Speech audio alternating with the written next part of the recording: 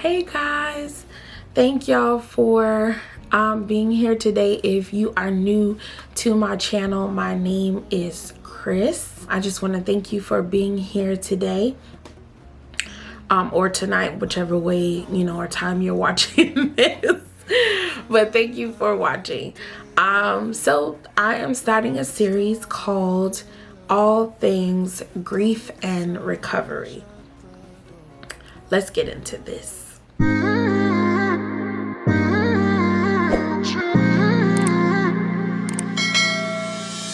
are my best friend. Just to do a little recap of the video before, I did a life update video, and I pretty much talked about where I've been and what has been going on with me, so on and so forth. And let me tell you, it was tough because I lost my mom in 2020. I was hospitalized. It was a lot going on.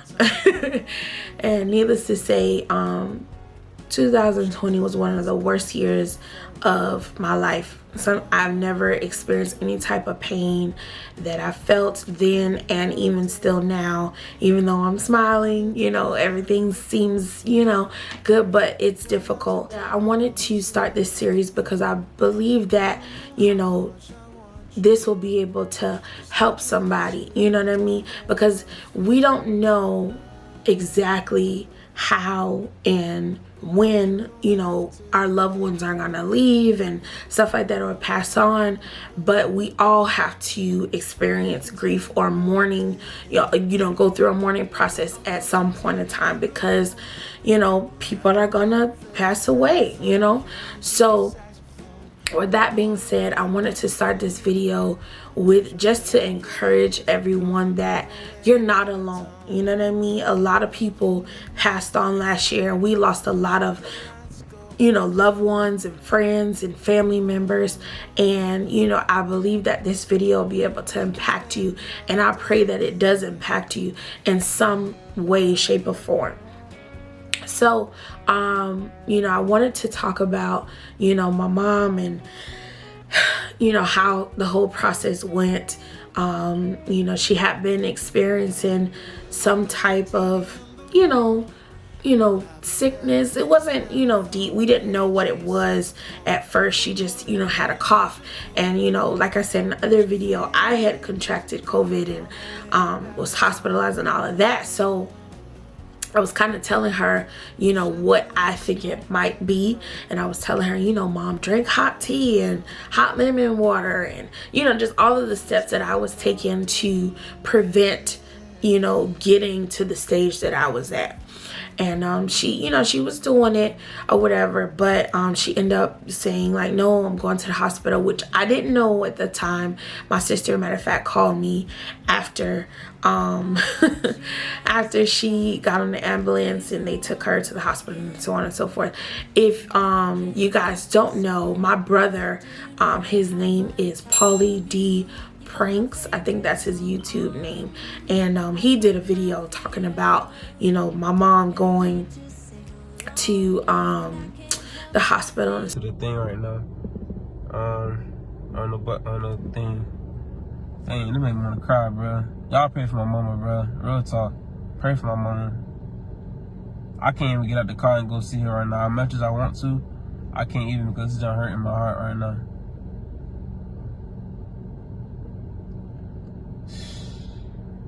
It was difficult. I'm not even gonna lie. It was difficult.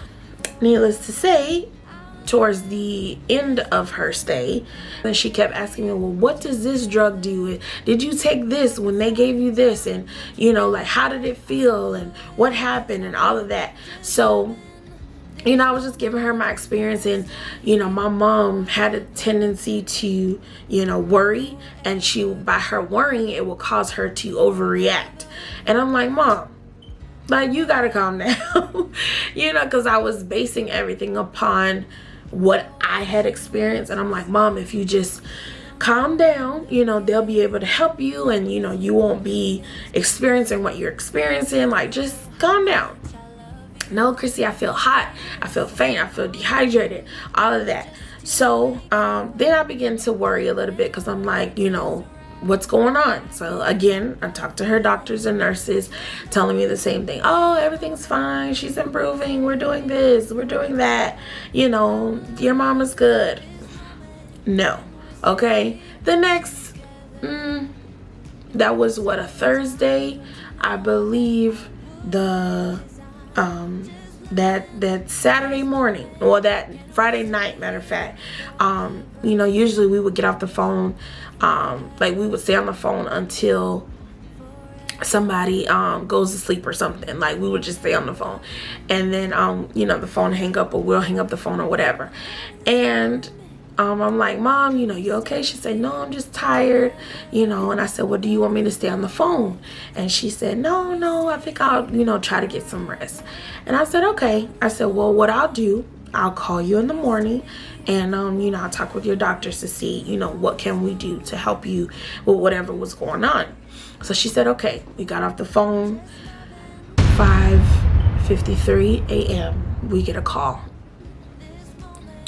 Hi, is this Crystalline? Yes. This is such and such from such and such hospital. We're calling to let you know that your mom has died. I'm like, what? No! God, please, no! No! No! Oh no, like I lose it. You know, my husband is crying, I'm crying, you know, and here's the thing about, you know, I want to talk about the horror of the call, that middle of the night call, because nobody really breaks down, especially when you are the one receiving that call. Anytime somebody call you in the middle of the night, you already expect the worst. Like, let's just tell the truth. We already expect the worst. So that horror of the hello, you know what I'm saying? Like, hello, to what's on the other side of what they're about to say is terrifying. It's terrifying. And when this lady called me and, you know, told me everything that had happened and all of that, my mind was everywhere. But the first, and I want to talk about this too, the first emotion that I felt was, you know, we always resonate with shocked. Of course, I'm terrified. What has happened? Why? You know what I mean? All of those reasons, all of those questions, everything that I could think of is popping in my mind, just going. You know what I mean? I didn't know what to do. I real deal was lost. And you know, the lady was talking so fast, and she's just trying to just get it out, pretty much just spit out whatever it is that happened. And I'm trying to slow her down. First of all, like, hold on, I'm still trying to process what you just said. Like, you said my mom died. Like, what are you saying? You know what I mean? And if you have ever experienced that, you know, my heart goes out to you, because I know firsthand when somebody gives you that information, it's like, what? Huh? You know, we're so lost and so dumbfounded, and we don't even know how to respond to what you just said, you know? So, and here's the thing about the person that calls you to tell you the bad news. Even though right now I'm full of emotion, I'm crying, I'm literally losing it, I feel some kind of connection to you, because you're the last thing linking me to my loved one. You know what I mean? And if I release this call, it's final. Now I'm left to deal with what you just dropped on my lap. You know what I mean? So I had to literally step back and say, okay, how am I going to deal with what she just said, with everybody in my mind, with all the things in my mind, with all the thoughts running through my, like, what am I doing? You know what I'm saying? How can I process this? So, needless to say, I got off the phone, and now it's the aftershock of the call, the setting in, the pre-acceptance, the the oh my gosh, you know what I mean, the oh my gods in my mind, like, huh, you know what I mean? Like, you have to really think about it, and like, okay, the aftershock is what really get you, because now the person is off the phone, you're sitting with this information, especially if you're the only one there. Thank God my husband was there, but I still had to go and go to my mom's house and tell this to my siblings. So I'm sitting there and I'm like, oh my God, you know, what do I do now? So I'm telling my babe, what are we gonna do about this? What are we gonna do about this? I can't do this. Listen, that reality sinking in is one of the most craziest things ever, because now that loved one is gone. That loved one, you can't hear them, you can't talk to them, and people are like, oh yeah, she's in your heart, she's in spirit, she's blah blah blah. No, I want the tangible thing that I can touch and what I'm used to. My mom's hand, her voice, anything that I can get. That's what I wanted. You know what I mean? And who wouldn't? It's their mom. You know what I mean? and I'll say this, you know, that if we can get to a place where, you know, we are processing our grief and dissecting those emotions, I think, and I'm not saying this is easy. It's easier said than done, because now I'm in counseling, I'm walking through my process. But in that moment, it's easier said than done, because now, oh my God, you know, everything, you know, for lack of better words, all held and broke loose. You know what I'm saying? Because what I'm gonna do? You know what I'm saying? What I'm gonna do? Like, if we can dissect those emotions and those feelings, and really process it before we allow our minds to run rampant, I think it'll kind of help us when we are going through our grieving process, when we're taking those reality steps, those realization steps, like, okay, accept what's happening. We don't like to, and you know, I can attest to it. I'm not there. I'm not perfect.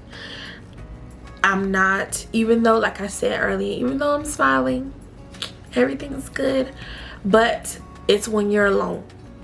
It's when nobody's there, when nobody's hugging you, they're not playing any music, you're not watching your favorite show.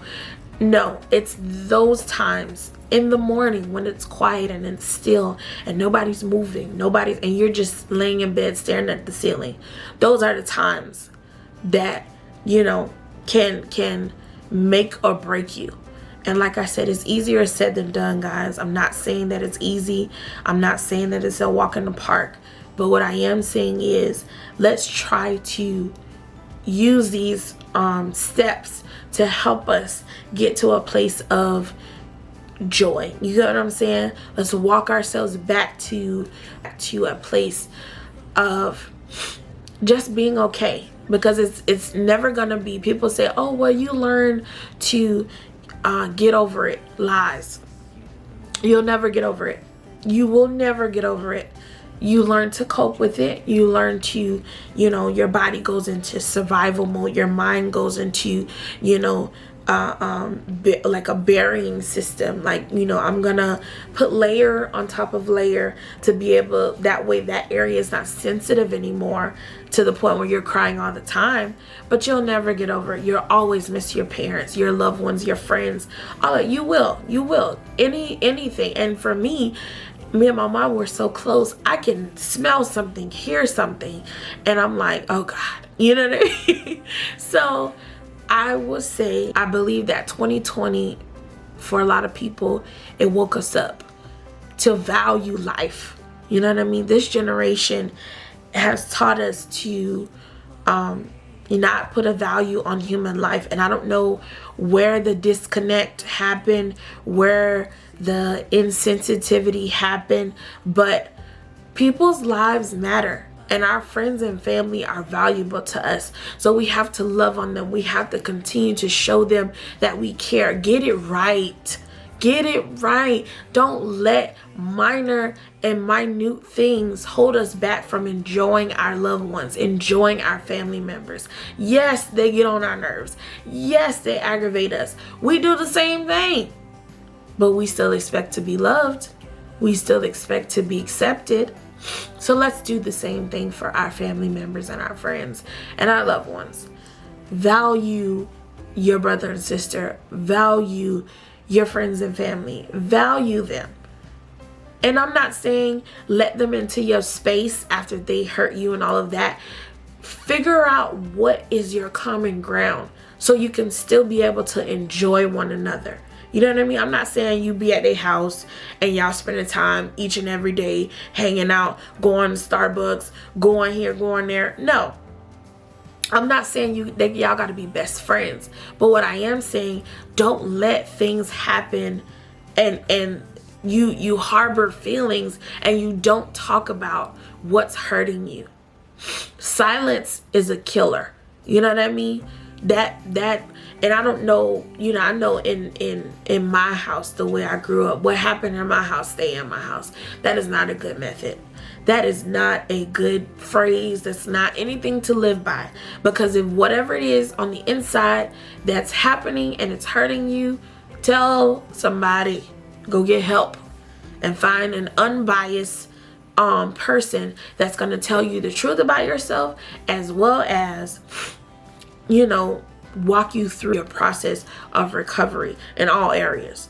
So guys, like I said, this series is called All Things Grief and Recovery. I love you guys. If you stayed through the whole video, thank you so much. I really appreciate it. Go ahead and subscribe, turn on your post notifications, like this video, and comment.